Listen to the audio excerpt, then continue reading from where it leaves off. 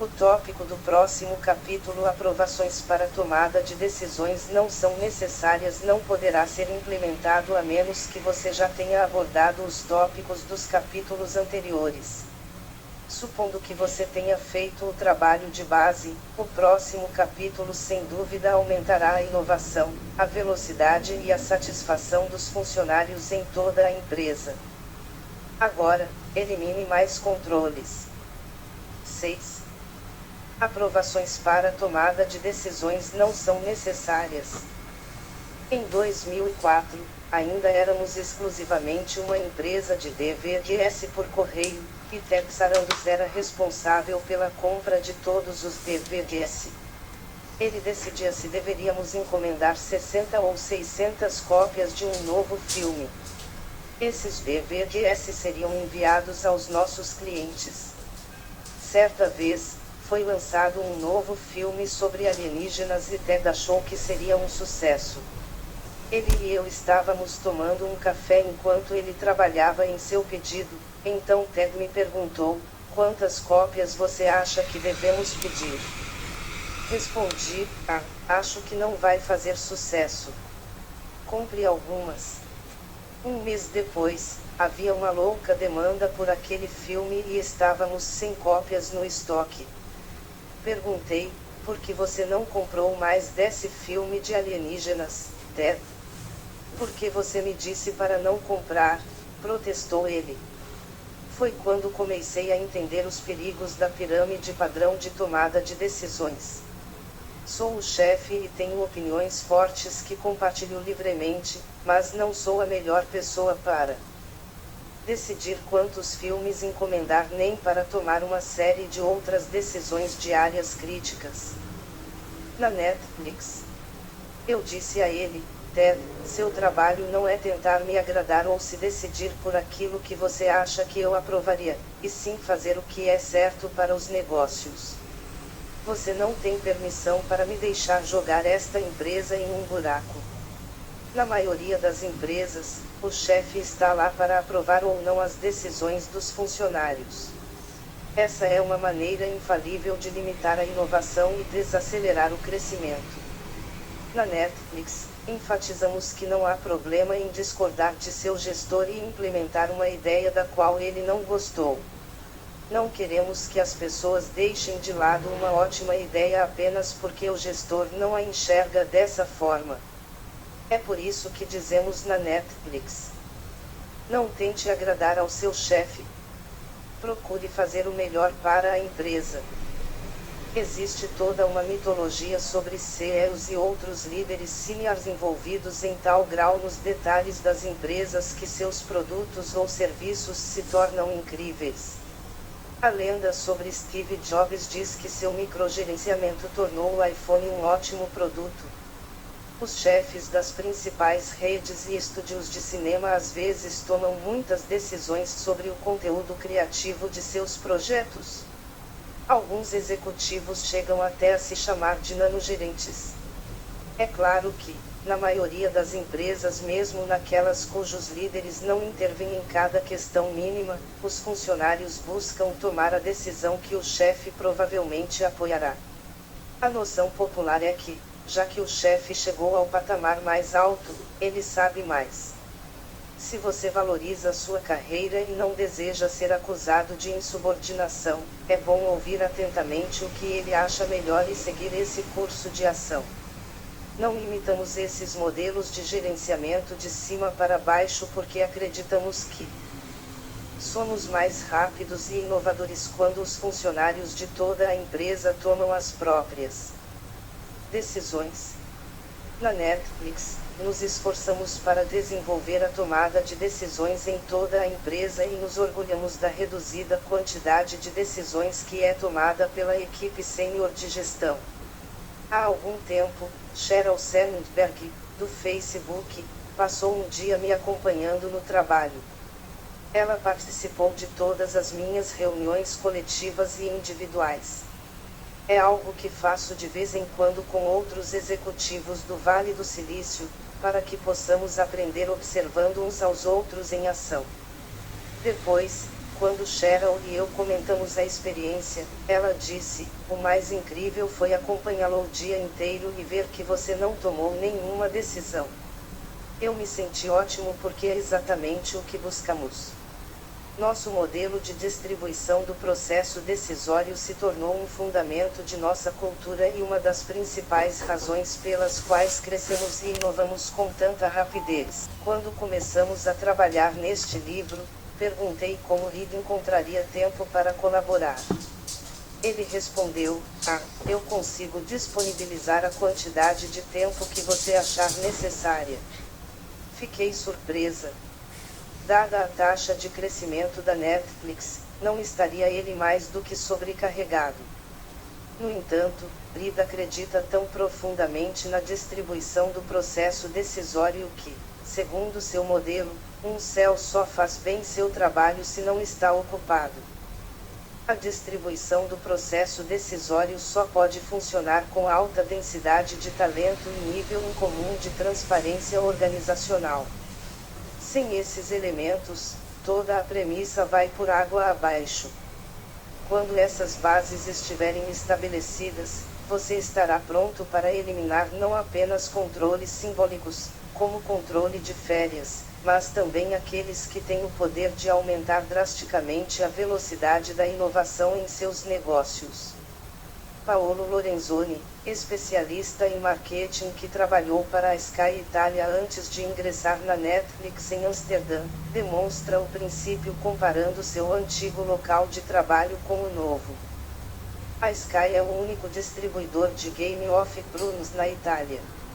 Na Sky, meu chefe me pediu para apresentar ideias promocionais para o programa. Eu arranjei uma ótima. Se você assistiu a Game of Thrones, conhece a grande muralha de gelo que protege o território principal da trama. Muitas cenas se passam naquela muralha e lá faz muito, muito frio. Isso me deu a ideia do anúncio. 4 amigos estão tomando uma bebida ao ar livre em uma noite quente em Milão. O sol está se pondo, e eles estão bebendo bellines cor-de-rosa em taças de champanhe. Estão de camiseta no pátio. Dá para ver o reflexo da tela de um aparelho de TV nas janelas da casa atrás deles. Um dos amigos consulta o relógio. Ao ver que Game of Thrones está prestes a começar, ele ri: é melhor entrarmos. O inverno está chegando. Piscadela. 2 dos amigos recolhem suas coisas. Eles não querem perder o programa. Mas o 4º amigo não entende. Como assim? Está quente. Os outros 3 riem de sua ignorância. Aparentemente, ele não tem Sky TV e não sabe nada sobre a parede de gelo. Você precisa ter para entender, dizem a ele. Todos com quem testamos a ideia adorarão. Mas na Sky tudo tinha que ser aprovado pelo céu. E o céu foi a única pessoa que não entendeu. Ele matou a ideia em 3 minutos e meio. Paolo foi contratado pela Netflix para promover programas para italianos.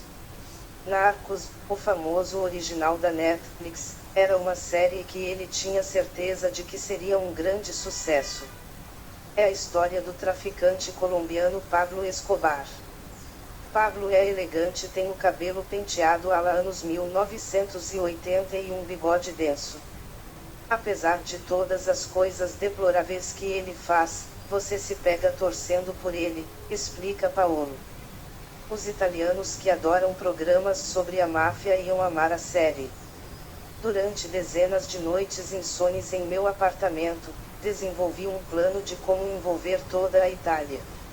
A ideia era tão clara para mim que quase dava para tocar. Seria caro, e eu precisaria usar todo o orçamento de marketing destinado à Itália.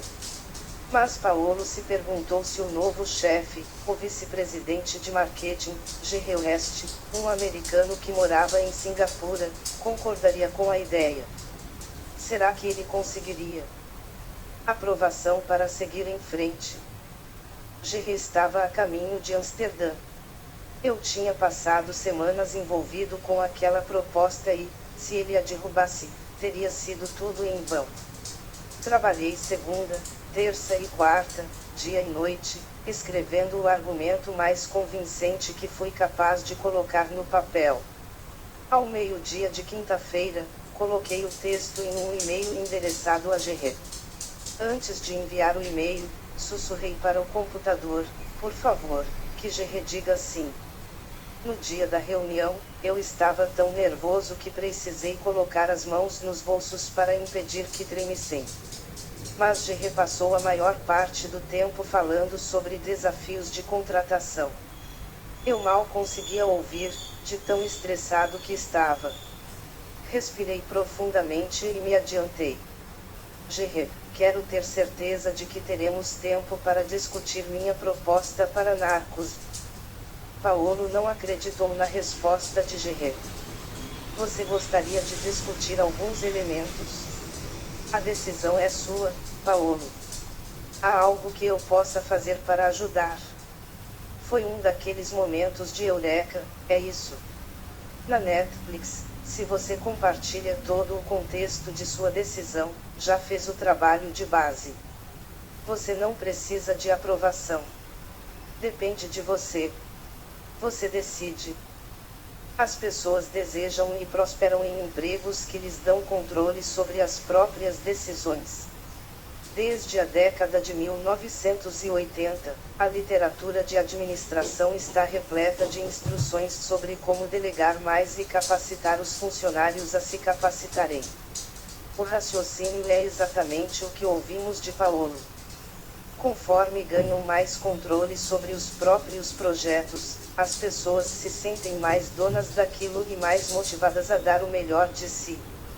Dizer aos funcionários o que fazer é tão antiquado que leva a brados de controlador, tirano e autoritário. Mas, na maioria das empresas, não importa quanta autonomia seja dada aos funcionários para definirem os próprios objetivos e desenvolverem as próprias ideias, quase todo mundo concorda que cabe ao chefe garantir que a equipe não tome decisões estúpidas que desperdicem dinheiro e recursos. Se você é o chefe, o mantra de líder, não tente agradar ao seu chefe, pode soar não apenas estranho como também completamente assustador. Você tem densidade de talento e sinceridade, está pronto para de fato eliminar os controles. Imagine o seguinte cenário: você consegue uma ótima posição de gerenciamento em uma empresa de ponta e de crescimento acelerado. Você é bem remunerado e lidera uma equipe de 5 funcionários altamente experientes e dedicados. Está tudo bem, exceto por uma pequena ressalva. Essa empresa é conhecida por contratar apenas os melhores e demitir aqueles que não fazem um ótimo trabalho. Você sente uma imensa pressão para ser bem-sucedido. Contudo, você não é de ficar microgerenciando. Sabe como fazer as coisas sem ficar em cima dos membros da equipe dizendo a eles qual caneta pegar e que telefonema dar. Na verdade, em seu último trabalho, você foi elogiado por seu estilo de liderança empoderadora. Certa manhã, uma integrante de sua equipe, Sheila, vai até você com uma proposta. Ela tem uma ideia inovadora de como levar os negócios adiante e deseja abandonar o projeto que você sugeriu para ela. Sheila tem impressionado, mas você acredita que a ideia dela não vai funcionar. Se permitir que ela gaste 4 meses trabalhando em um projeto que você sente que provavelmente dará errado, como você ficará aos olhos de seu próprio chefe? Você explica de maneira enfática todas as razões pelas quais é contra aquela ideia. Mas você está tentando empoderar mais sua equipe, então deixa a decisão a cargo de Sheila. Ela agradece e diz que considerará todas as suas ressalvas. Uma semana depois, Sheila marca outra reunião. Dessa vez, ela diz: sei que você discorda, mas vou seguir essa nova ideia, pois acho que ela trará ganhos maiores. Por favor, me avise se quiser vetar especificamente a minha decisão. O que você faz? Nesse ponto, o enredo do cenário imaginário se adensa. Depois de alguns dias, outro funcionário chega até você com uma ideia na qual ele quer gastar metade de seu tempo de trabalho. Você tem certeza de que isso também não dará certo. E então uma terceira pessoa aparece com uma solicitação semelhante. Você se preocupa com a própria carreira e com as de seus funcionários, portanto, não pode deixar de sentir uma forte tendência a dizer a eles que não trabalharão naquelas propostas. Nosso mantra é que os funcionários não precisam da aprovação do chefe para ir em frente, mas devem informar ao chefe o que está acontecendo. Se Sheila chegar até você com uma proposta que você acha que não dará certo, é preciso lembrar a si mesmo do motivo pelo qual Sheila está trabalhando para você e porque você paga o melhor salário do mercado para tê-la. Faça a si mesmo estas 4 perguntas. Sheila é uma funcionária incrível. Você acredita que ela tem bom senso? Você acha que ela tem capacidade de provocar um impacto positivo? Ela é boa o bastante para fazer parte de sua equipe? Se respondeu não a alguma dessas perguntas, você deve se livrar dela. Consulte o próximo capítulo, em que aprenderemos que desempenho razoável resulta em uma generosa rescisão. Mas se a sua resposta for sim, afaste-se e deixe-a decidir por conta própria. Quando o chefe sai do papel de aprovador de decisões, todo o negócio acelera e a inovação aumenta. Lembram-se do tempo que Paolo passou se preparando para obter a aprovação de Gerry a fim de implementar sua nova ideia. Se Gerry tivesse negado a iniciativa, Paolo teria de abandonar uma proposta em que acreditava e começar a explorar outros caminhos. Todo o tempo que ele investiu naquilo, sem contar a ótima ideia, teria sido desperdiçado. Obviamente, nem todas as decisões tomadas pelo seu pessoal serão bem-sucedidas. Quando o chefe não veita as decisões dos funcionários, é provável que eles errem com mais frequência. É exatamente por isso que é tão difícil deixar Sheila seguir em frente com a ideia dela quando você acha que não vai funcionar. O que bebemos na Netflix? Há alguns anos, eu estava participando de uma conferência em Genebra. Sentado no bar do hotel, ouvi 2 CEOs conversando sobre o desafio da inovação. Um deles era um suíço que administra uma empresa de artigos esportivos. Uma de minhas gerentes sugeriu colocar uma pista de patinação em nossas lojas para afastar os jovens clientes dos concorrentes online, contou ele. Precisamos desse tipo de pensamento arrojado em nossa empresa. Mas, assim que fez a sugestão, ela mesma começou a derrubá-la. Não teríamos espaço. Seria muito caro. Podia ser perigoso. Em 2 minutos, ela descartou por completo a ideia. Ela nunca a levou até seu chefe para saber a opinião dele. Todos na nossa empresa são tão avessos a risco que a inovação não tem a menor chance. O outro CEO, um varejista de moda americano, assentiu. Temos pôsteres pendurados em nosso escritório que dizem, 10 minutos para inovar. O problema é que estamos todos trabalhando demais para termos tempo de pensar em novas maneiras de fazer as coisas. Então, estou tentando dar a todos tempo para simplesmente pensar.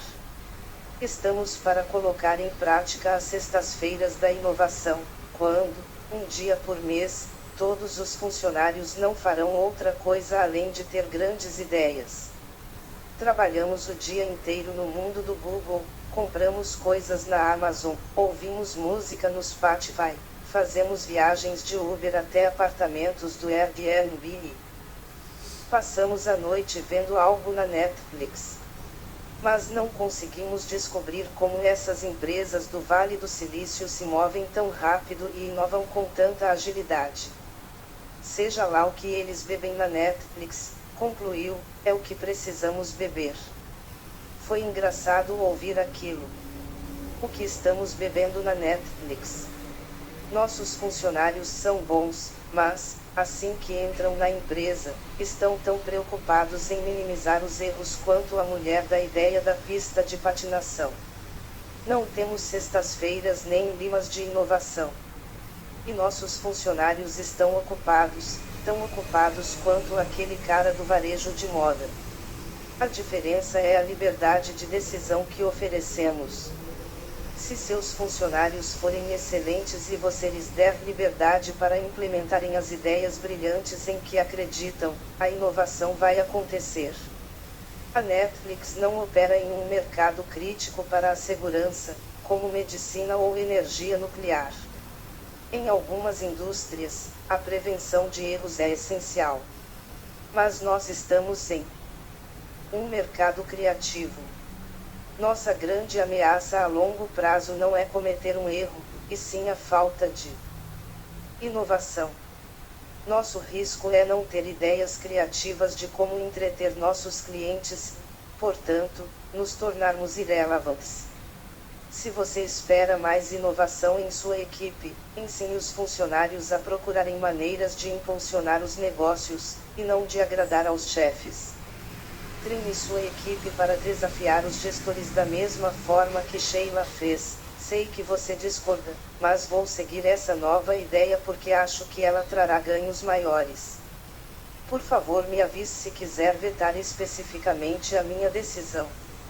Ao mesmo tempo, ensine seus líderes a não vetarem decisões como a de Sheila, mesmo diante do próprio ceticismo e da longa experiência em relação ao que já funcionou no passado. Às vezes, o funcionário erra e o chefe sente vontade de dizer eu avisei, mas não avisa. Às vezes, porém, o funcionário será bem-sucedido, apesar das reservas do chefe. Um ótimo exemplo vem de Kelly Pérez, diretora de nosso departamento de comunicações. Responsável pelo reconhecimento da marca Netflix na América Latina. Kelly é mexicana, mas vive em Hollywood. Era final de 2014 e a Netflix ainda era bem desconhecida no México. Eu tive uma visão de como mudar aquilo. Queria apresentar a Netflix como campeã de conteúdo mexicano local, mesmo que ainda não tivéssemos programas mexicanos originais. A ideia era indicar 10 grandes filmes mexicanos daquele ano com diretores mexicanos famosos e estrelados por celebridades locais. Também selecionaríamos um júri de celebridades que contaria com 10 pessoas, todas mexicanos, como Ana de la Reguera, estrela de novela que se tornou atriz de Narcos, e Manolo Caro, o diretor superstar que recentemente aparecera na capa da Vanity Fair trajando um smoking amarrotado, entre duas belas atrizes, com o objetivo de tornar nossa marca mais relevante para o público que essas celebridades influenciavam. Celebridades e jurados fariam campanha nas redes sociais por seus filmes favoritos, incentivando todos a votarem no Twitter, no Facebook e no LinkedIn. Os 2 filmes mais votados ganhariam um contrato de distribuição internacional de 1 ano com a Netflix. Encerraríamos com uma grande festa, convidando as maiores celebridades do México. Mas Jack, meu chefe, odiou a ideia. Por que gastar todo aquele tempo e dinheiro em filmes que a Netflix nem sequer produzirá?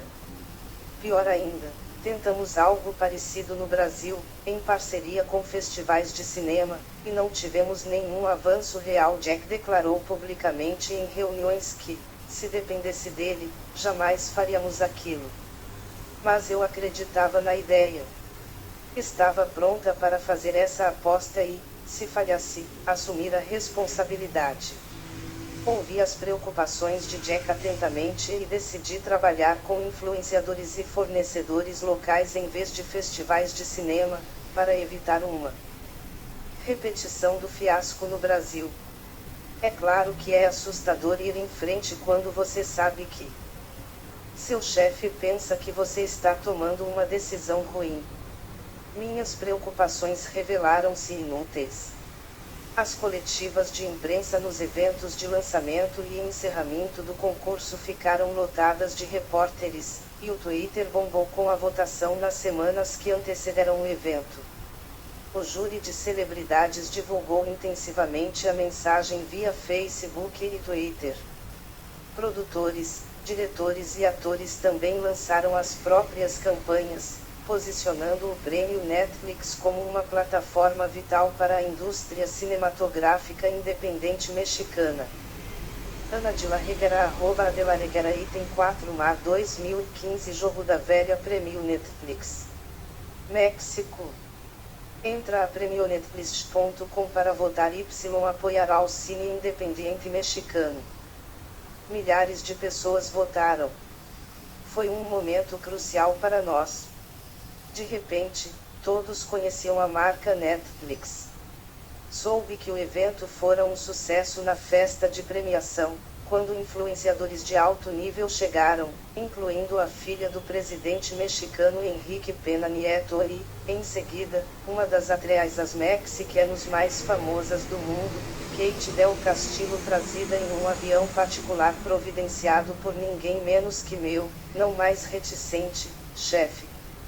Jack se levantou diante de todos na reunião de equipe seguinte e anunciou que estivera completamente equivocado, aquela fora uma grande campanha.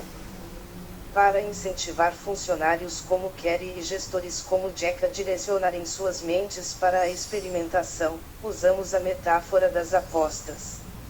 Isso motiva os funcionários a pensar em si mesmos como empreendedores, gente que normalmente não obtém sucesso sem alguns erros. Os exemplos de Kerry e Paolo refletem o cotidiano na Netflix. Queremos que todos os funcionários apostem no que acreditam e tentem coisas novas, mesmo que seus chefes ou outras pessoas pensem que as ideias são estúpidas. Quando algumas dessas apostas não dão certo, apenas corrigimos os problemas o mais rápido possível e discutimos o que aprendemos. Nesse ramo criativo, a recuperação rápida é o melhor modelo. Etapas a serem seguidas antes, e depois, de fazer sua aposta. Apostas são associadas ao empreendedorismo há décadas. Em 1962, Frederick Smith redigiu um trabalho para sua aula de economia em Yale em que sugeria um serviço de entrega noturna. A ideia era que você pudesse postar um pacote no correio no Missouri na terça-feira e, pagando o suficiente, ele chegasse à Califórnia na quarta-feira. Segundo a lenda, Smith recebeu nota C naquele trabalho e seu professor lhe disse que, para obter uma nota melhor, a ideia precisava ser viável. Se o professor de Smith fosse seu chefe, ele sem dúvida teria barrado toda a inovação. Smith, no entanto, era um empreendedor, e aquele trabalho de Yale se tornou a base da FedEx, que ele fundaria em 1971. Ele também era um apostador, certa vez, nos primórdios da FedEx. Depois que um banco se recusou a estender um empréstimo crucial, ele levou os últimos $5.000 da empresa para Las Vegas e ganhou $27.000 no blackjack para cobrir a conta de $24.000 em combustível. É claro que a Netflix não incentiva sua equipe a frequentar cassinos, mas procura incutir um pouco do espírito de Frederick Smith na força de trabalho. É o que lembra Kerry. Quando comecei a trabalhar na Netflix, Jack me explicou que eu deveria imaginar que tinha recebido uma pilha de fichas de jogo. Eu poderia apostá-las em qualquer coisa em que acreditasse. Eu precisaria trabalhar duro e pensar cuidadosamente para garantir que fizesse as melhores apostas possíveis, e ele me mostraria como fazê-las. Algumas dariam errado, e outras seriam bem-sucedidas. Meu desempenho acabaria sendo avaliado não com base no fracasso de alguma aposta individual, mas em minha habilidade geral de usar aquelas fichas para fazer o negócio avançar. Jack deixou claro que, na Netflix, você não perde o emprego porque faz uma aposta que não dá certo. Você o perde por não usar suas fichas para fazer grandes coisas acontecerem ou por demonstrar um discernimento consistentemente falho ao longo do tempo. Jack explicou a Kelly: não esperamos que os funcionários obtenham a aprovação do chefe antes de tomar decisões. Mas sabemos que boas decisões exigem uma sólida compreensão do contexto, feedback de pessoas com diferentes perspectivas e ciência de todas as opções. Se alguém usa a liberdade que a Netflix lhe dá para tomar decisões importantes sem solicitar outros pontos de vista, a empresa considera isso uma demonstração de mau discernimento. Então, Jack apresentou Kelly ao ciclo de inovação da Netflix, uma estrutura que ela poderia seguir para garantir que faria apostas com maior probabilidade de sucesso. O princípio "não tente agradar ao seu chefe" funciona melhor se os funcionários seguirem este simples modelo de 4 etapas. O ciclo de inovação da Netflix. Se você tem uma ideia pela qual é apaixonado, faça o seguinte: instigre um debate ou compartilhe a ideia. 2. Para uma grande ideia, teste A. 3. Como líder de projeto informado, faça sua aposta. 4. Se der certo, comemore. Se falhar, exponha o caso. Etapa 1 do ciclo de inovação: estimule o debate. A premissa de estimular o debate surgiu do desastre do Quickster, o maior erro na história da Netflix. No início de 2007, oferecíamos um serviço de $10 que era uma combinação de DVDs por correio e streaming. Mas ficou claro que o streaming de vídeo ganharia importância cada vez maior, enquanto as pessoas passariam a assistir menos DVDs. Queríamos focar no streaming sem que os DVDs nos distraíssem, então tive a ideia de separar as duas operações. A Netflix faria o streaming enquanto criaríamos uma nova empresa, a Quickster, para lidar com o mercado de DVDs. Com duas empresas separadas, cobraríamos $8 por cada serviço. Para os clientes que queriam tanto DVDs quanto streaming, significaria um aumento de $6.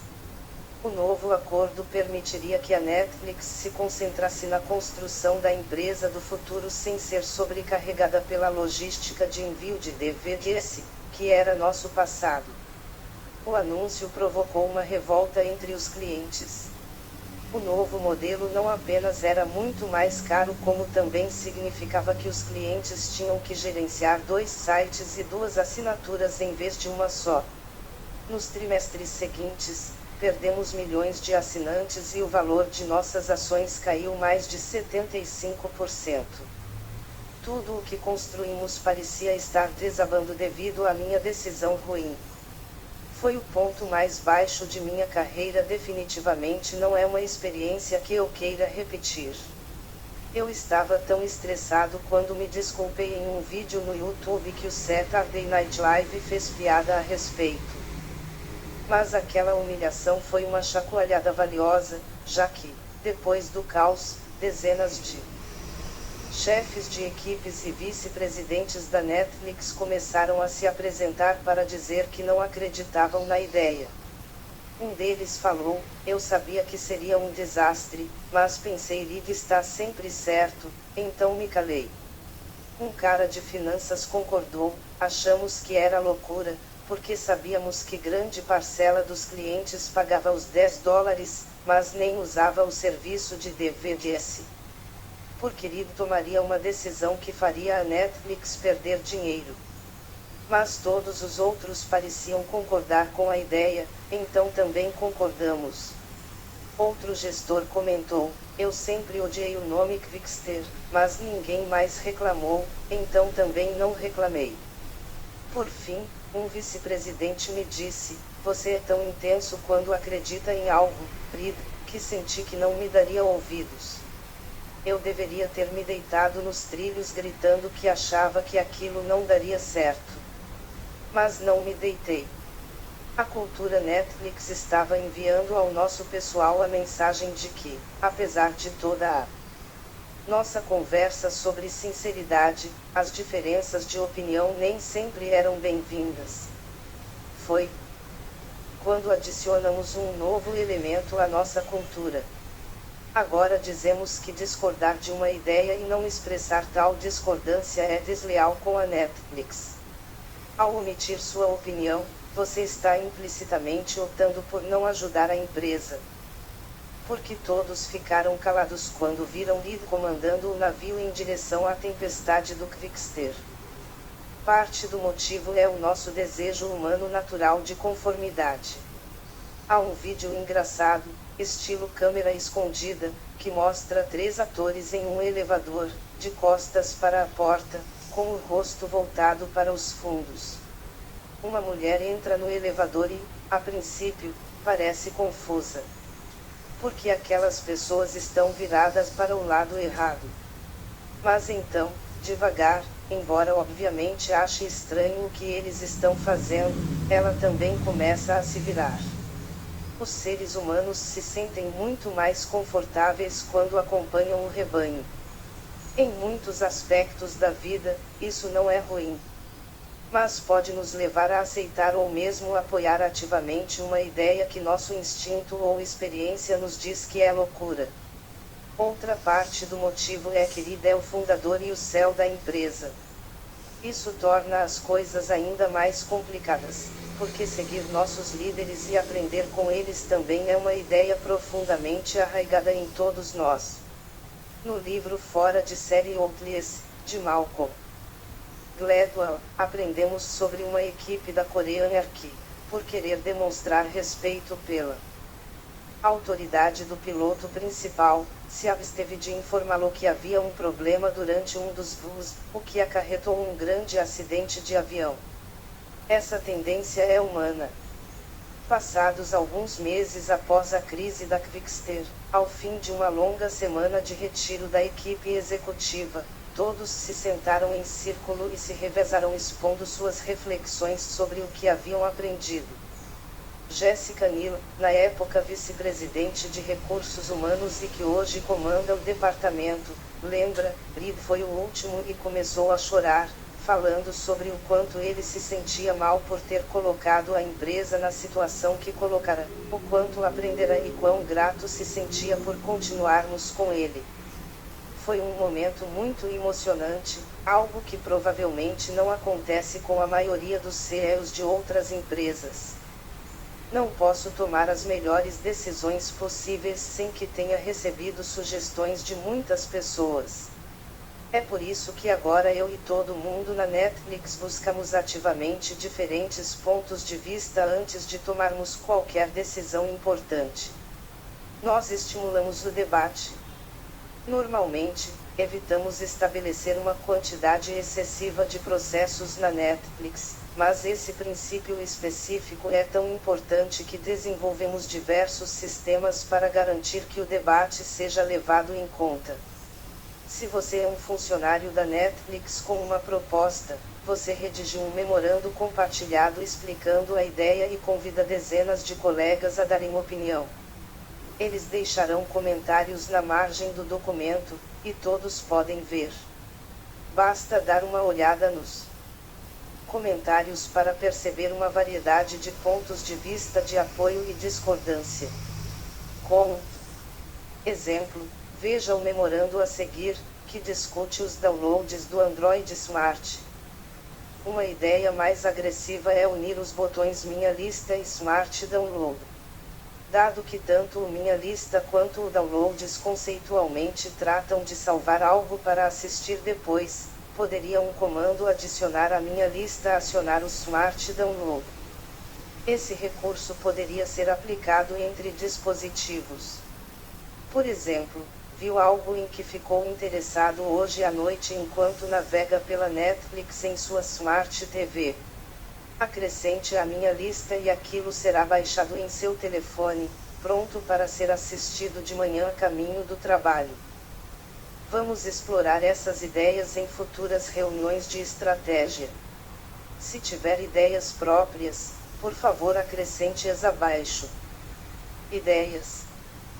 Fazer download automático do primeiro episódio de qualquer conteúdo novo com índice alto de gravação e que sabemos que os membros assistem no celular. Rigorosamente, fazer download automático de episódios do Continue Assistindo, não apenas dos títulos efetivamente já baixados, ou lista de exibição, no futuro. Stephen fazer download automático de prévias para o celular, para visualização de fácil acesso. Stephen criar uma seção diferente para download automático de coisas que não estou assistindo, de modo que hajam meus downloads aquilo que baixei manualmente e o que foi testado aqui e downloads recomendados as ideias listadas acima, como títulos mais baixados e do Continue Assistindo. Kef download em um clique para vos longos recomendar algumas coisas para meus filhos ou para mim e possibilitar essa opção com um clique, por exemplo, baixar um filme popular, alguns episódios de algo novo ou assistido muitas vezes. Pet. Em alguns casos, o funcionário que propõe uma ideia compartilha uma planilha solicitando que as pessoas a classifiquem em uma escala de -10 a +10, com explicações e comentários. É uma ótima maneira de obter clareza sobre a intensidade da discordância e iniciar o debate. Antes de uma grande reunião de liderança, emite um memorando descrevendo uma proposta de aumento de $1 no preço de assinatura da Netflix e um novo modelo de diferenciação de preços. Dezenas de gestores contribuíram com classificações e comentários. Aqui estão alguns, de forma resumida. Alex-4 fazer duas alterações ao mesmo tempo é má ideia. Diana 8 o timing é perfeito, pouco antes de um grande lançamento. Jamal-1 algumas diferenciações são boas. Não acho que a quantidade é adequada para este ano. O sistema de planilhas é uma maneira super simples de conseguir concordância e discordância e, quando sua equipe é formada inteiramente por profissionais com alto desempenho, isso gera uma grande quantidade de informações bastante valiosas. Não se trata de votação ou democracia. Você não deve somar números e obter a média. Mas isso fornece todo tipo de insight. Eu uso para coletar feedbacks sinceros antes de tomar qualquer decisão importante. Quanto mais você estimular ativamente o debate e incentivar uma cultura de manifestação explícita de divergências, melhores serão as decisões tomadas em sua empresa. Isso vale para qualquer empresa, de qualquer tamanho, em qualquer setor. Ou compartilhe a ideia. Para iniciativas menores, você não precisa estimular o debate, mas, ainda assim, é sensato deixar que todos saibam o que está fazendo e ver as reações à iniciativa. Vamos voltar à sua funcionária, Sheila, que veio até você com uma ideia contra a qual você se posiciona. Depois de explicar por que não concorda, você pode sugerir que ela compartilhe a ideia com os colegas e outros líderes da empresa. Isso significa que ela organizará diversas reuniões nas quais descreverá a proposta e dará início a discussões para testar intensivamente a ideia e coletar vários dados e opiniões antes de tomar uma decisão. Compartilhar é uma forma de estimular o debate, mas com maior ênfase no coletivo. Em 2016, tive uma experiência pessoal em que o fato de compartilhar uma ideia me levou a mudar de opinião a respeito de algo. Até então, eu acreditava piamente que programas e filmes infantis não atrairiam novos clientes para a Netflix nem manteriam os que já tínhamos.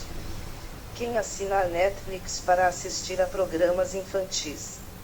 Eu tinha certeza de que os adultos escolhem a Netflix porque adoram nosso conteúdo. Seus filhos simplesmente assistem ao que tivermos disponível. Então, quando começamos a produzir programas originais, nos voltamos apenas para o conteúdo adulto. Para as crianças, continuamos a licenciar programas da Disney e da Nickelodeon. Quando lançamos nossos próprios programas infantis, não investimos muito dinheiro neles, não como a Disney investia. A equipe de conteúdo infantil discordava dessa abordagem. Esta é a próxima geração de clientes da Netflix, argumentavam. Queremos que eles amem a Netflix tanto quanto os pais. Eles queriam que também começássemos a produzir conteúdo infantil original. Não achei que fosse uma grande ideia, mas a compartilhei mesmo assim. Na reunião trimestral de negócios seguinte, colocamos nossos 400 funcionários do mais alto escalão em 60 mesas redondas, divididos em grupos de 6 ou 7. Eles receberam um cartãozinho com a seguinte pergunta a ser debatida: devemos gastar mais dinheiro, menos dinheiro ou nenhum dinheiro em conteúdo infantil? Houve um tsunami de apoio ao investimento em conteúdo infantil. Uma diretora, que também é mãe, subiu ao palco e declarou apaixonadamente: antes de trabalhar aqui, assinava a Netflix exclusivamente para que minha filha pudesse ver Dora, a Aventureira. Eu me preocupo muito mais com o que meus filhos assistem do que com o que eu mesma assisto. Um pai se adiantou e anunciou: antes de vir trabalhar na Netflix, assinei o serviço apenas porque podia confiar no conteúdo para meus filhos. Ele explicou o motivo: minha esposa e eu não vemos televisão, mas meu filho sim. Na Netflix, não há anúncios como na TV a cabo e nenhum perigoso poço sem fundo para meu filho cair, como no YouTube. Mas, se ele não adorasse o que a Netflix tinha a oferecer, teria parado de assistir e teríamos cancelado a assinatura. Um após outro, os funcionários subiam naquele palco e me diziam que eu estava errado. Eles acreditavam que os programas infantis eram essenciais para a nossa base de clientes. Em 6 meses, contratamos um novo vice-presidente de programação infantil e para a família, diretamente da DreamWorks, e começamos a criar nossas próprias animações.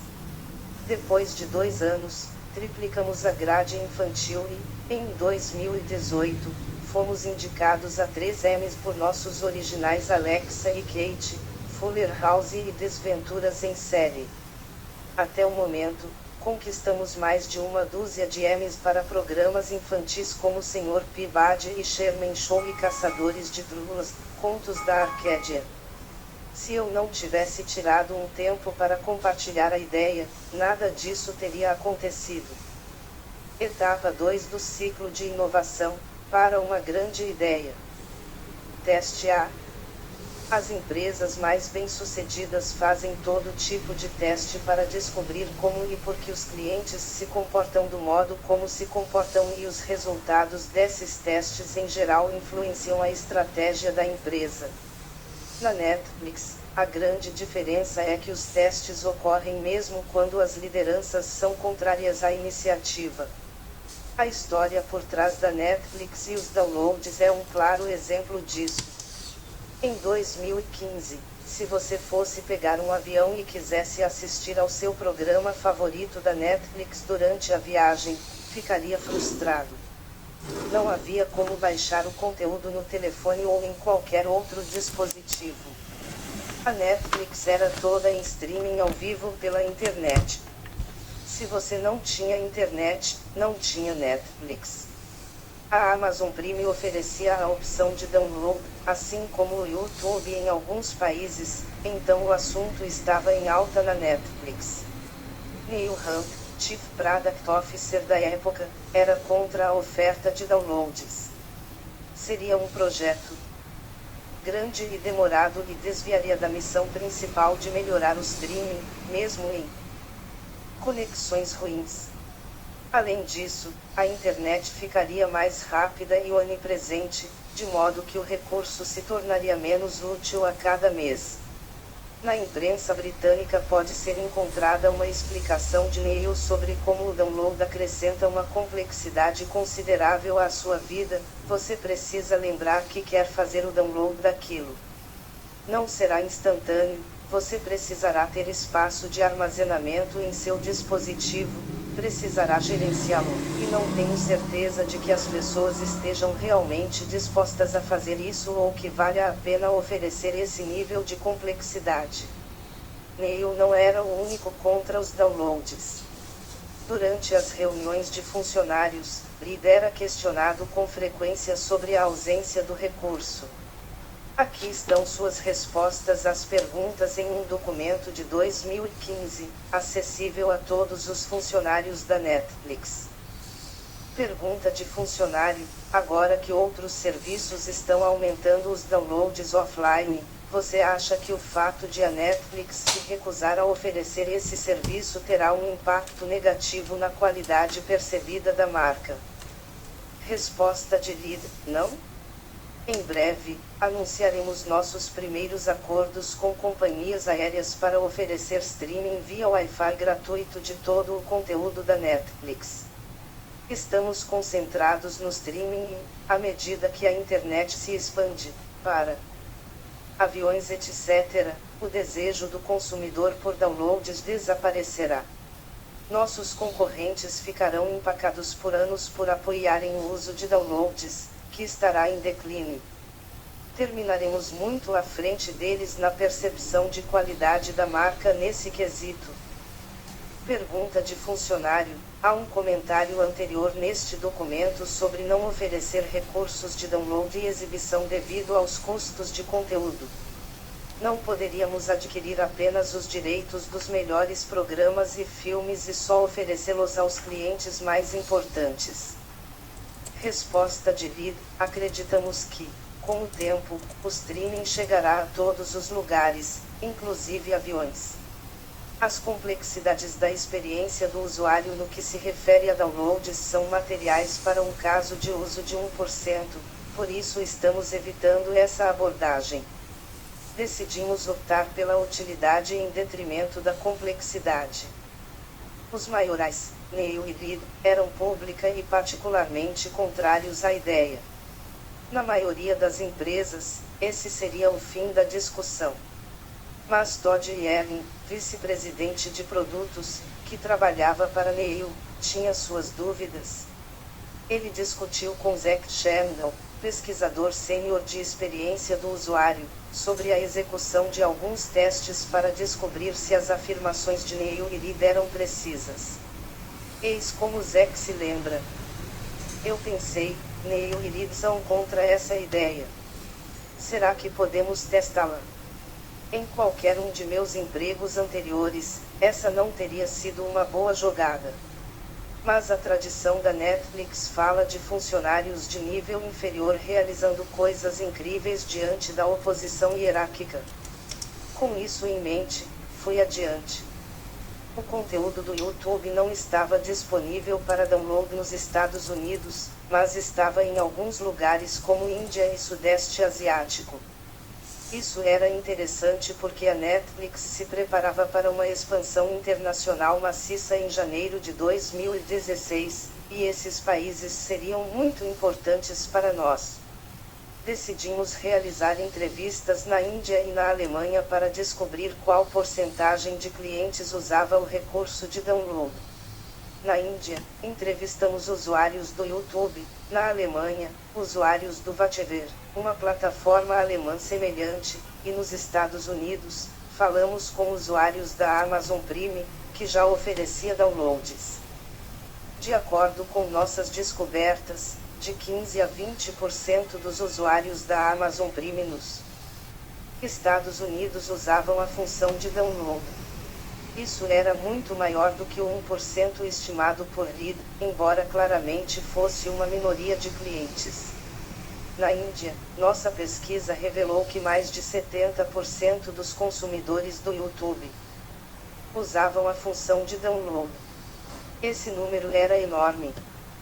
Respostas comuns incluíam: passo 90 minutos me deslocando em viagens compartilhadas para ir e voltar do trabalho, de modo que perco 1h30 no trânsito todos os dias.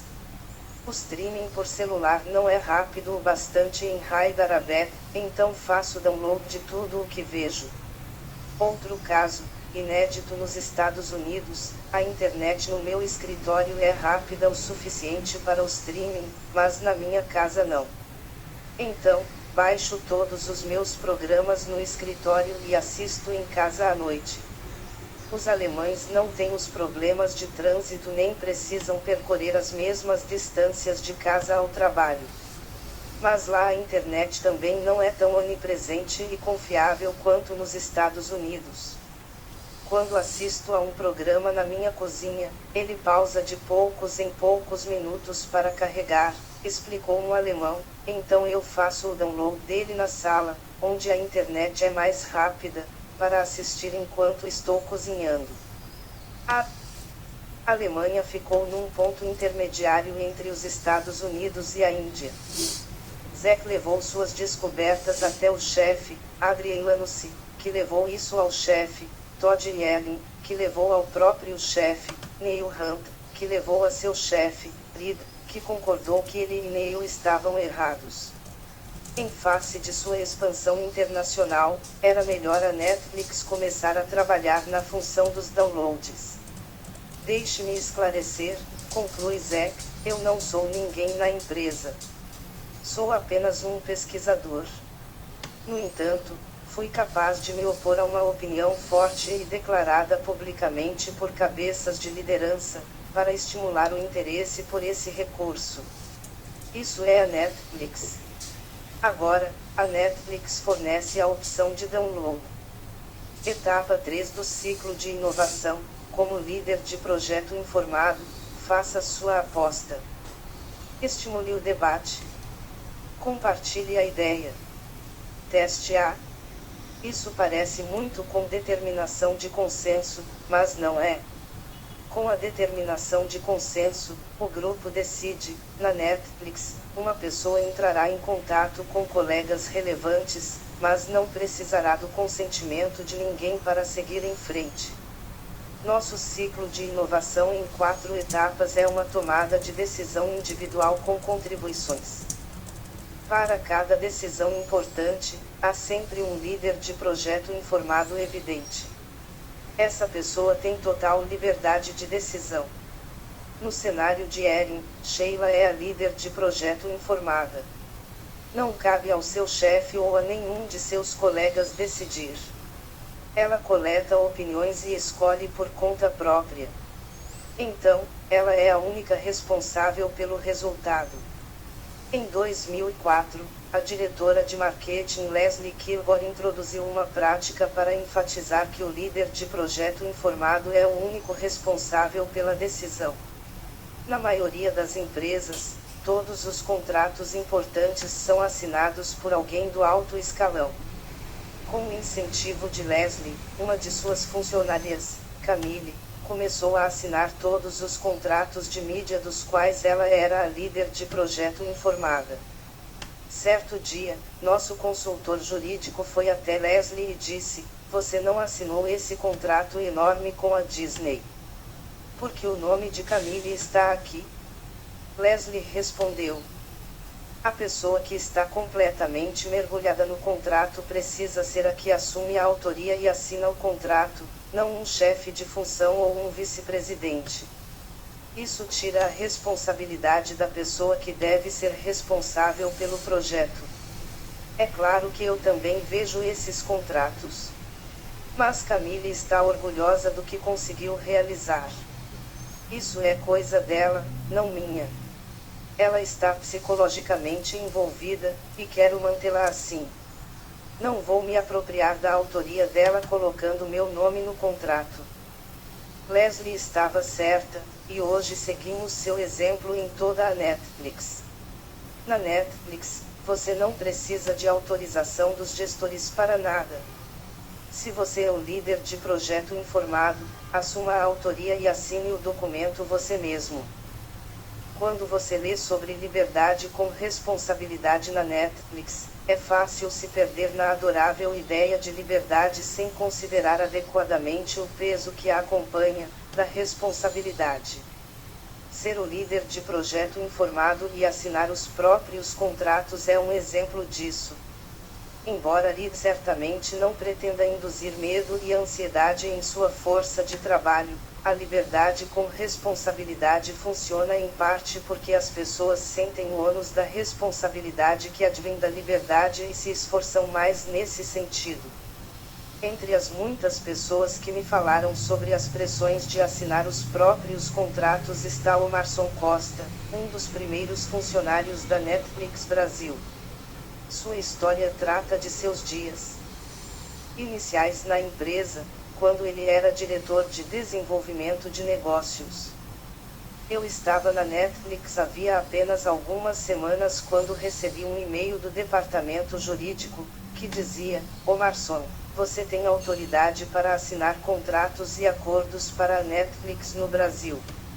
Achei que eles haviam omitido parte do e-mail. Respondi na mesma hora. Até que valor? Se eu precisar de mais, devo obter aprovação de quem?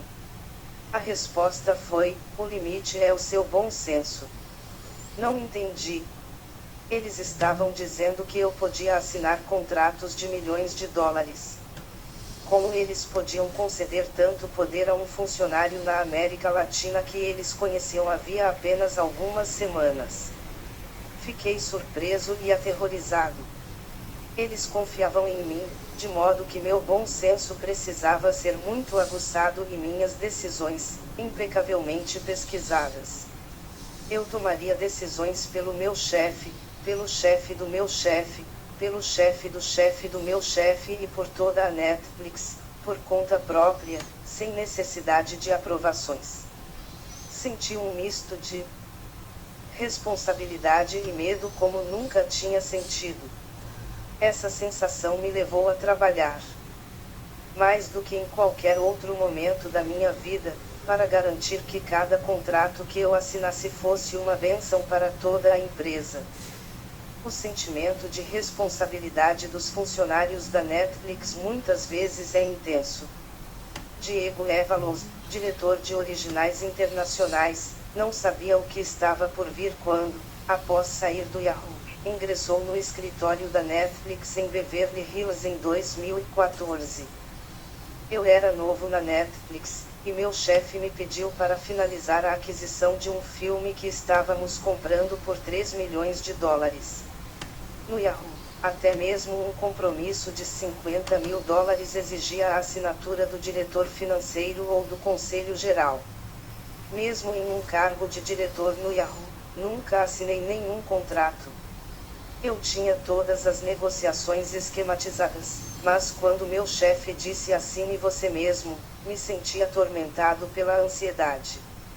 Aquilo era espantoso. E se desse errado? E se eu perdesse o emprego por cometer um erro? A Netflix acreditava em mim, me tratava como um colega incrível, e agora colocava um laço em volta do meu pescoço que, sem querer, eu poderia usar para me enforcar. Precisei sair do escritório e dar uma volta, porque meu coração estava disparado. Mais tarde, depois que o departamento jurídico revisou o documento e me devolveu para assinar, minhas mãos ficaram úmidas quando vi meu nome sob a linha da assinatura. Peguei minha caneta e vi que minha mão tremia.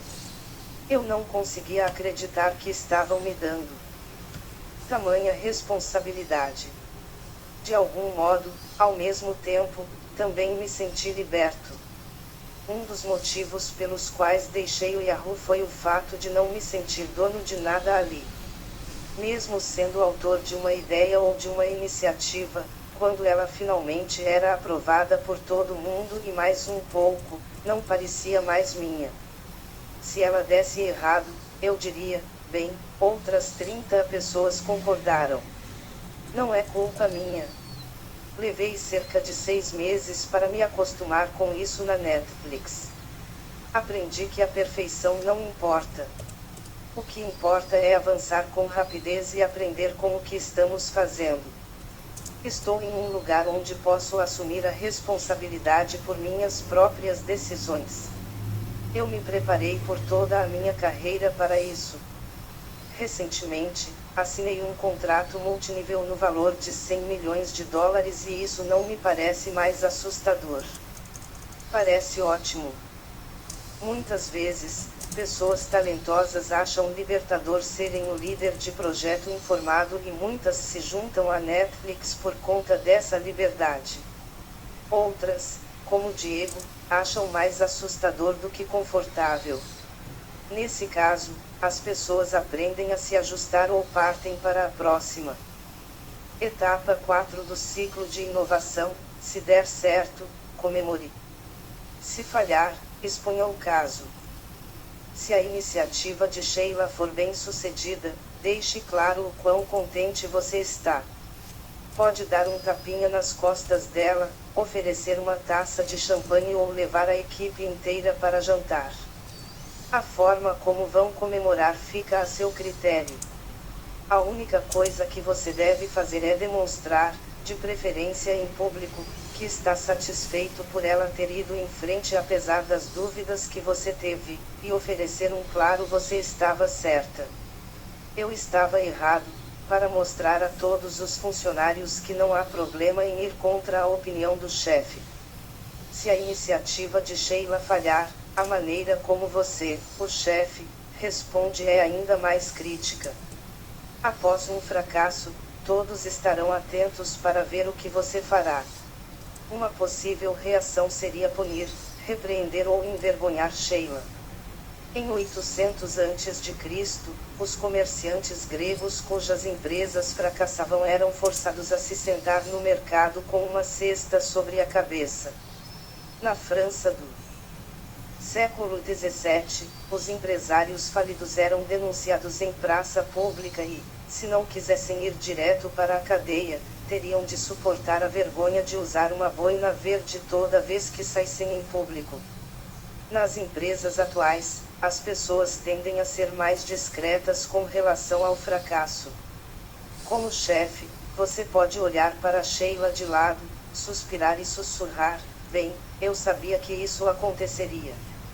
Ou pode colocar um braço sobre os ombros dela e dizer em um tom amigável: "Da próxima vez, siga o meu conselho." Outra opção é dar a ela um breve sermão sobre tudo o que a empresa precisa realizar e sobre como é uma pena terem perdido tempo com um fracasso tão claramente previsível. Da perspectiva de Sheila, uma cesta na cabeça ou uma boina verde estão começando a parecer ideias bastante atraentes. Se você adotar alguma dessas estratégias, uma coisa é certa. Não importa o que diga no futuro, todos os funcionários da equipe saberão que o lema "não tente agradar ao seu chefe" é uma piada, que toda a sua conversa sobre fichas e apostas é uma farsa e que, no fim das contas, você se importa mais com a prevenção de erros do que com a inovação. Sugerimos, em vez disso, uma resposta em 3 partes. 1. Pergunte qual aprendizado foi tirado do projeto. 2. Não faça estardalhaço. 3. Peça a ela que exponha o fracasso. 1. Pergunte qual aprendizado foi tirado do projeto. Muitas vezes, um projeto fracassado é uma etapa crítica para o sucesso. 1 ou 2 vezes por ano, em nossas reuniões sobre produtos, peço a todos os chefes de equipes que preencham um formulário simples descrevendo suas apostas nos últimos anos, divididas em 3 categorias: apostas que deram certo, apostas que não deram certo e apostas em aberto. Em seguida, nos dividimos em grupos menores e discutimos os itens de cada categoria e o que aprendemos com cada aposta. Esse exercício lembra a todos que existe a expectativa de que eles implementem ideias ousadas e que, como parte do processo, algumas apostas não serão bem-sucedidas. Eles veem que fazer apostas não é uma questão de sucessos e fracassos individuais, mas um processo de aprendizado que, no total, impulsiona os negócios. Também ajuda os novatos a se acostumarem a admitir publicamente que estragaram um monte de coisas como todos nós fazemos. 2. Não faça estardalhaço. Se fizer um grande estardalhaço por causa de uma aposta que não deu certo, você acabará com toda a possibilidade de aceitação de riscos no futuro. As pessoas descobrirão que você prega a distribuição do processo decisório, mas não a pratica. Chris Jeff, que foi contratado como diretor de inovação de produtos em 2010, lembra-se claramente de uma vez em que Reed não fez estardalhaço depois que Chris desperdiçou centenas de horas de talento e recursos em uma aposta fracassada. Em 2010, você podia transmitir programas de TV para computadores, mas não havia muitas Smart TVs. Se você quisesse transmitir um programa da Netflix para sua televisão, precisava fazer isso através de um PlayStation ou um Wii. Eu queria que as pessoas abrissem seus armários, resgatassem os antigos dispositivos Wii e começassem a usar a Netflix por ali.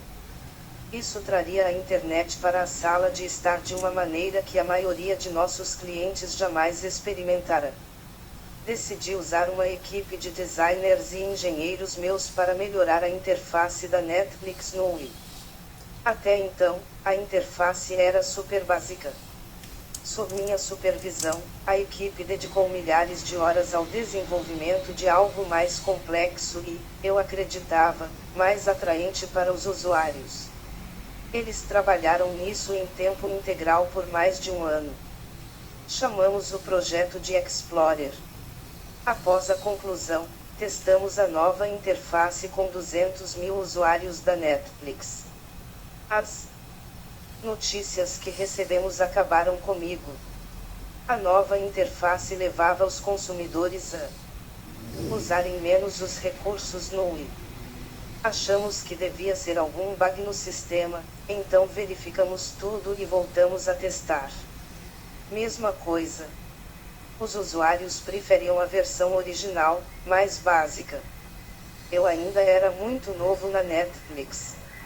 Antes desse projeto, apresentei uma inovação bem-sucedida e, agora, esse fracasso gigantesco. Tínhamos uma reunião trimestral com Reed chamada Ciência do Consumidor. Os gerentes de produtos subiam ao palco e atualizavam suas apostas em produtos. O que funcionara? O que não funcionara? O que aprenderemos? Todos os meus colegas estavam lá, assim como todos os meus superiores, meu chefe, Todd Yellen, seu chefe, Neil Hunt, e Reed. Eu não sabia o que aconteceria. Reed me censuraria por ter desperdiçado milhares de horas e centenas de milhares de dólares. Neil ficaria tenso. Todd desejaria nunca ter me contratado. Na Netflix, conversamos sobre expor nossas apostas fracassadas, o que significa falar aberta e publicamente sobre coisas que deram errado. Vi líderes falando sobre seus erros com tanta firmeza e transparência que decidi não me limitar a expor meu fracasso e, sim, iluminá-lo com uma enorme lâmpada estroboscópica. Subi no palco. A sala estava às escuras. Coloquei meu primeiro slide, que anunciava em letras maiúsculas vermelhas: Explorer, minha grande aposta fracassada. Falei sobre o projeto, detalhando todas as partes que tinham e não tinham funcionado e explicando que essa fora uma aposta inteiramente minha. Reed fez algumas perguntas, e conversamos sobre quais partes do projeto o levaram ao fracasso. Então ele perguntou o que tínhamos aprendido. Respondi que aprendemos que a complexidade mata o envolvimento do consumidor. A propósito, essa é uma lição que toda a empresa agora compreende como resultado do projeto Explorer.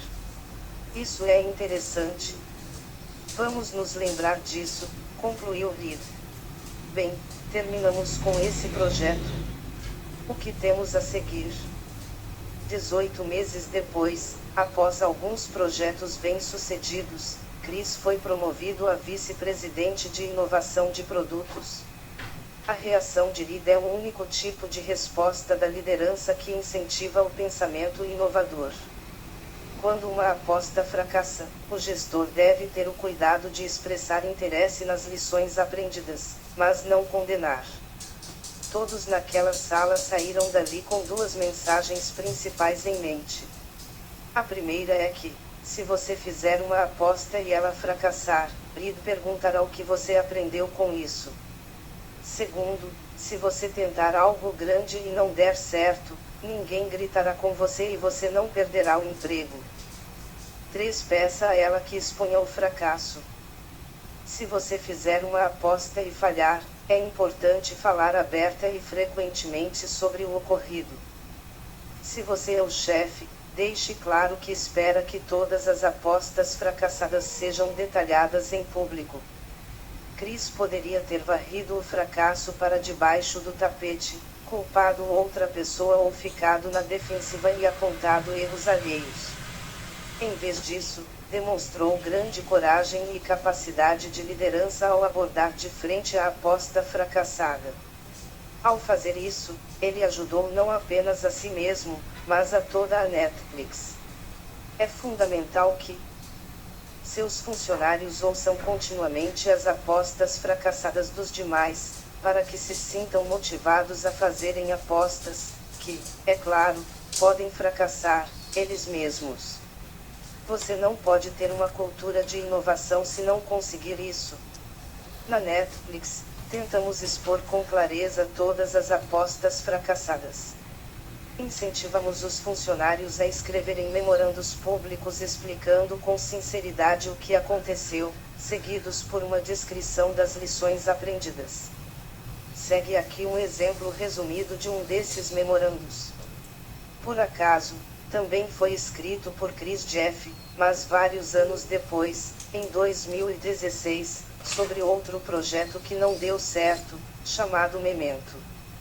Esse documento circula na Netflix como exemplo de como expor por escrito uma aposta fracassada. Atualização da equipe de gestão de produtos sobre o projeto Memento, atualização de Chris J. Há cerca de 18 meses, levei um memorando à reunião de estratégia de produtos descrevendo uma ideia para incluir em nossa experiência de reprodução em segunda tela informações suplementares como biografia de atores e títulos relacionados atreladas ao título.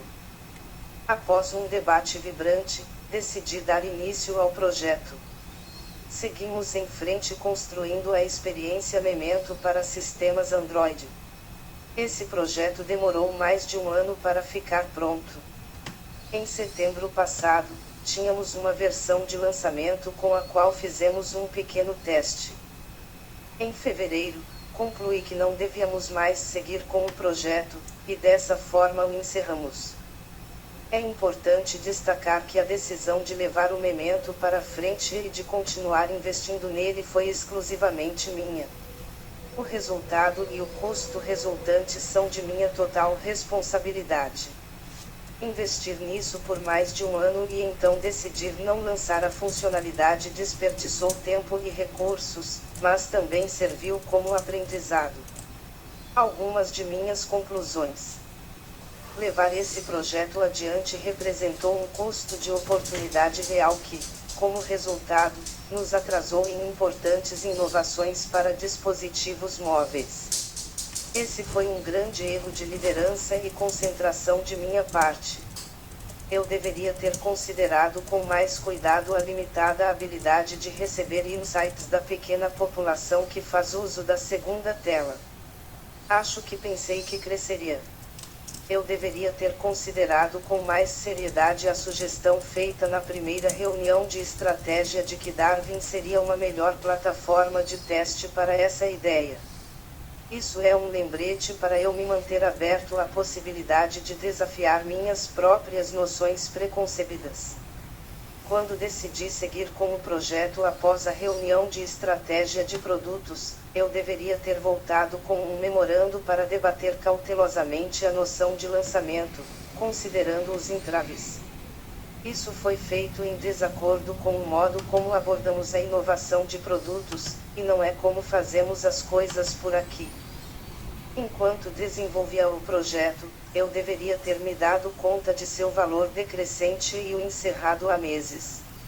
As taxas desastrosas de setembro deveriam ter sido um claro sinal para que parássemos de trabalhar naquilo. Sempre parecíamos estar próximos do resultado final como queríamos, o que era uma ilusão. Como frequentemente é. Quando você expõe suas apostas fracassadas, todos ganham. Você ganha porque as pessoas à sua volta aprendem que podem confiar em você para dizer a verdade e assumir a responsabilidade por suas ações. A equipe ganha porque aprende com as lições provenientes do projeto. E a empresa ganha porque todos veem com clareza que as apostas fracassadas são parte inerente de uma roda inovadora de sucesso. Não devemos ter medo de nossos fracassos. Devemos acolhê-los e expor os erros ainda mais. Usando a terminologia do capítulo anterior, uma aposta calculada que fracassa na Netflix é mais um erro do que uma coisa secreta. Quando Chris falou sobre suas apostas fracassadas, Explorer e Memento, ele não tinha nada do que se envergonhar. Ele estava fazendo exatamente o que a Netflix lhe pediu, pensando com ousadia e apostando suas fichas nas ideias em que acreditava. Nesse contexto, não é tão difícil subir no palco ou enviar um memorando que diga: vejam, apostei nisso e os resultados não foram o que eu esperava. Na prática, porém, cometer um erro pode ser bastante constrangedor, em especial quando ele sugere negligência ou um sério lapso de discernimento. Quando o erro constrangedor é grande, a tentação de se distanciar dele também é. Isso não é recomendado na Netflix. Para sobreviver a um grande erro, você deve se fiar ainda mais na exposição. Fale abertamente sobre isso e você será perdoado, ao menos nas primeiras vezes. Mas, se varrer seus erros para debaixo do tapete ou continuar cometendo-os, o que é mais provável se você estiver em negação quanto a isso, o resultado final será muito mais grave. Yasmin Dormen, uma especialista em mídia social de nacionalidade turca, mas que mora em Amsterdã, mostrou claramente ter entendido essa expectativa da empresa ao descrever um erro que cometerá ao longo da promoção da quarta temporada de Black Mirror. Em Black Mirror, há um personagem chamado Valdo, que é um urso azul de desenho animado. A quarta temporada estava prevista para ser lançada em 29 de dezembro de 2017. Então bolamos uma campanha de final de ano para promovê-la. Enviaríamos uma mensagem promocional misteriosa assinada por Eusoualdo para centenas de usuários do equivalente turco do Reddit. O conteúdo seria enigmático e sedutor. Sabemos o que você está tramando. Espere e veja o que faremos. Eu esperava que as pessoas respondessem tweetando para os amigos. Valdo voltou. Saiu a quarta temporada de Black Mirror. Eu estava ansiosa pelo burburinho positivo que aquilo provocaria. Meu grande erro foi não compartilhar a ideia com ninguém. Estava ocupada me preparando para uma semana de férias em família. Não informei meus colegas de relações públicas em outros países. Não estimulei o debate com a equipe de comunicações da Netflix. Apenas montei aquilo e saí de férias com meu pai para a Grécia. Em 29 de dezembro, meu pai e eu estávamos em um museu em Atenas, ouvindo um guia turístico, quando meu telefone começou a vibrar sem parar. Meus colegas em todo o mundo estavam furiosos com a mensagem Eusoualdo que vinha da Turquia e com a tempestade que estava provocando na mídia. Fomos nós, me perguntavam em uma mensagem. Comecei uma busca frenética no celular e vi que a mídia turca estava enlouquecendo. O blog de tecnologia Engadget explicou assim o ocorrido. Começa a estação das campanhas promocionais sinistras e intrusivas da internet. A Netflix assustou os usuários em um equivalente turco do Reddit, o Exisozluk, ao enviar mensagens promocionais diretas com o intuito de promover a estreia da quarta temporada de Black Mirror.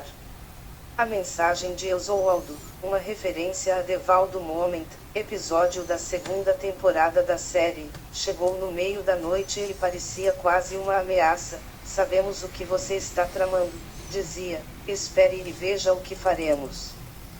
A confusão chegou até a grande mídia britânica. Black Mirror, quarta temporada, telespectadores se enfurecem com truque de marketing assustador. Nada legal, berrava a manchete do site de notícias Express. Yasmin lembrasse de toda a dolorosa experiência. Senti um aperto no peito. Meu estômago revirou. Aquele erro fora inteiramente meu. Montei a campanha e não a compartilhei com ninguém. Meus colegas estavam furiosos, e meu chefe ficou perplexo. Meu pai me puxou para o lado. Eu estava quase aos prantos ao explicar para ele o que acontecera. Você acha que será demitida? Perguntou, preocupado. E aquilo me fez rir. Não, pai. Não somos demitidos na Netflix por coisas assim, somos demitidos por não corrermos riscos, por não fazermos movimentos ousados. Ou por não falarmos abertamente a respeito quando estragamos tudo. Claro que não cometerei o erro de não compartilhar outro evento de mídia. Isso sim pode causar minha demissão. Passei o resto das férias descrevendo para todos o erro que cometi e o que aprendi com ele. Escrevi memorandos e fiz dezenas de telefonemas. Passei aquelas férias inteiras me expondo e não o tipo de exposição ao sol a qual normalmente nos submetemos nas praias da Grécia. Yasmin cultivou uma ótima carreira na Netflix. 5 meses após a gafe do Eusóaldo, foi promovida a gerente sênior de marketing, aumentando sua responsabilidade em 150%, e, 1 ano e meio depois, foi promovida a diretora de marketing. O mais importante foram as lições que não apenas Yasmin como toda a equipe de marketing da Netflix aprendeu com o erro. Quando contratamos novos profissionais de marketing, temos uma série de casos históricos que revemos com eles para ensinar o que não fazer.